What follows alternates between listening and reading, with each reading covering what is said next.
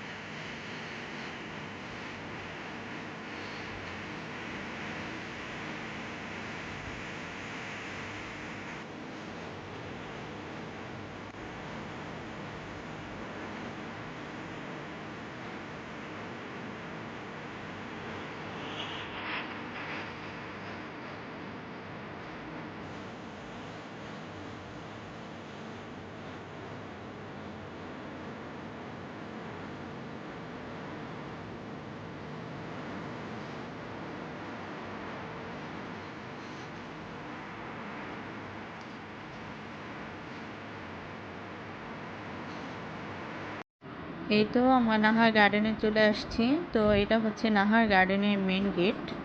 আমরা এখন main gate দিয়ে ঢুকবো। এই তো সামনে আরেকটা গেটের মতো দেখা যাচ্ছে, গেট বানিয়ে হয়েছে। তো সম্ভবত এটা সিমেন্ট দিয়ে পাথর বানিয়ে তারপরে গেটটা তৈরি করছে। তো আনকমন একটা গেট, ভালোই লাগলো দেখে। সামনে একটা বাঘ বসে আছে। তো আমাদের যার এই বাঘটা দেখে ওর ওপরে বসতে গেল। দেখি জারিফ বসতে পারে কি না, চেষ্টা করে দেখো। না, সে উঠতে পারলো না, ব্যর্থ হয়ে ফিরে আসতেছে। তো যাও যাক সামনের দিকে, সামনে গিয়ে দেখি সামনে কি কি আছে। এই তো দুইটা জিরাফ দেখতে পাচ্ছি।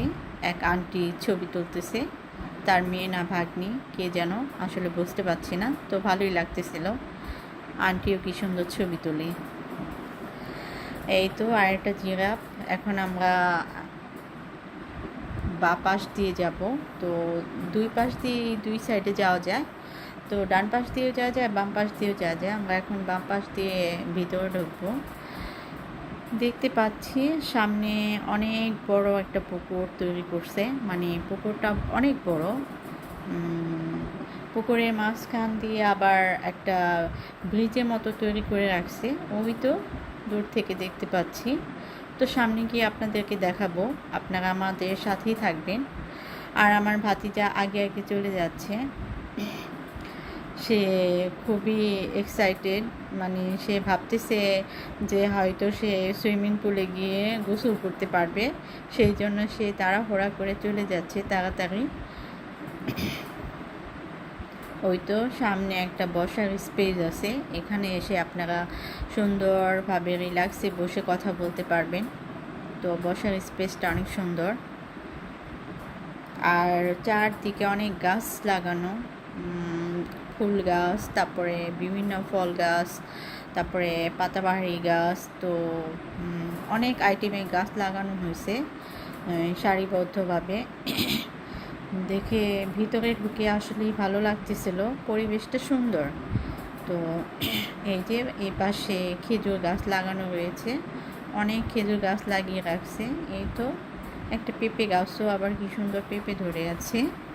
আর আমার ভাতিজা তো আগে আগে মানে যাচ্ছে, সে মনে করতেছে যে সে গোসল করবে। আসলে আমরা তো বিকেলে বের হয়েছি, তো ওইভাবে প্রস্তুতি নিয়ে আসা হয় নাই।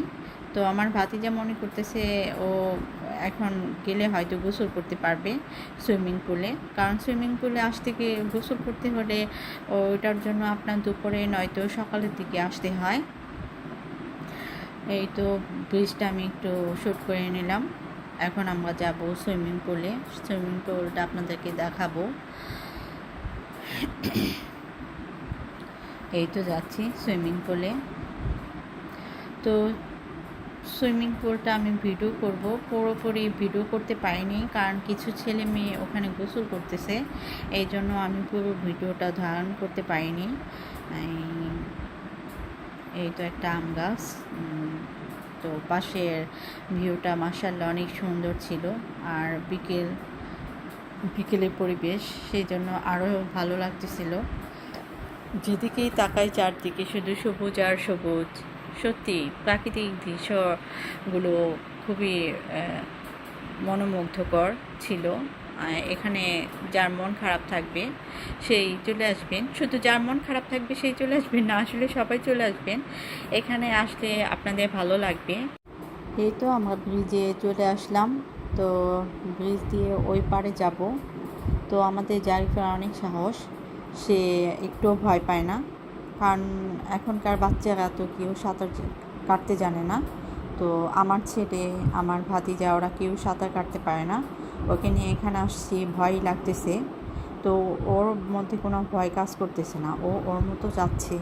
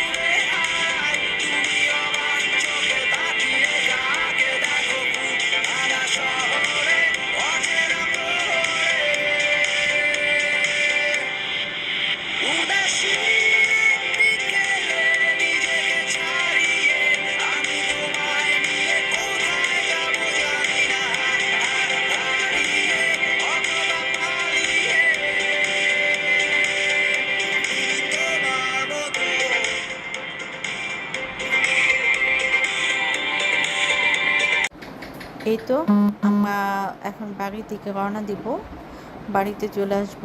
তো সন্ধ্যা হয়ে গেছে, সেজন্য আমরা পুরো গার্ডেনটা ঘুরতে পারি নাই, যার জন্য অনেক কিছু আমরা মিস করে চলে আসছি। বাসায় যেতে হচ্ছে কারণ আমাদের সাথে ছেলে মানুষ নেই, আমি জোসি জারিফ, তাই আমরা আগে আগে বাসায় চলে যাচ্ছি। তো আপনারা এখানে আসতে পারেন, নাহার গার্ডেনে আসলে ভালোই লাগবে, ভালো একটা প্লেস। আমরা বাসায় চলে আসছি। তো বাসায় এসে এখন আমি এই বেক পাস্তা রান্না করব, সেজন্য আমি সব কিছু রেডি করে রাখছি। পানি গরম করে দিছি, এখন গরম পানিতে আমি নুডলসগুলো দিয়ে দিলাম। এর মধ্যে আমি একটু সামান্য পরিমাণে লবণ দিব আর হালকা একটু তেল দিব, তাহলে আপনার নুডলসটা আর কি দলা পেকে যাবে না, ওটা ঝরঝরা থাকবে।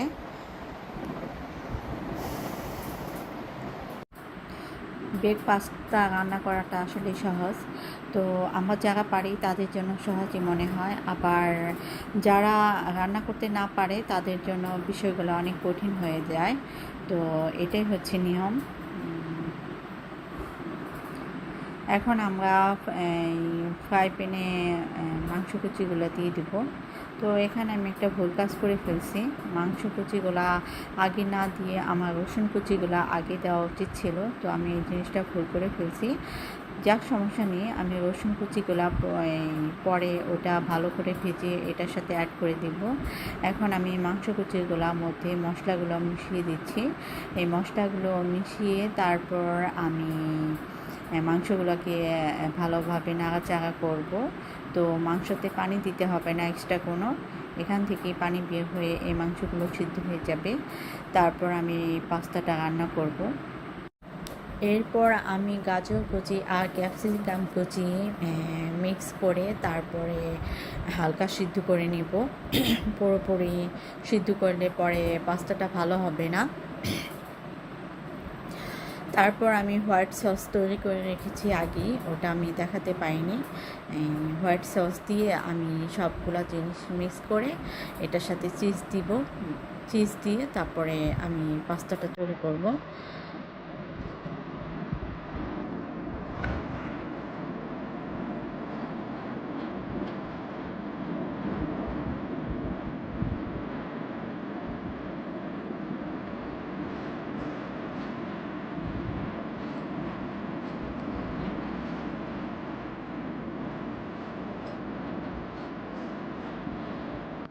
এই তো আমার পাস্তাটা হয়ে গেছে। তো আজ এই পর্যন্তই। আপনারা সবাই ভালো থাকবেন আর আমার সাথেই থাকবেন, আমার পাশেই থাকবেন, আর আমার চ্যানেলটা সাবস্ক্রাইব করে দিবেন যাতে আমার সকল ভিডিও সবার আগে আপনাদের কাছে পৌঁছে যায়। তো আজ এই পর্যন্তই। আল্লাহ হাফেজ।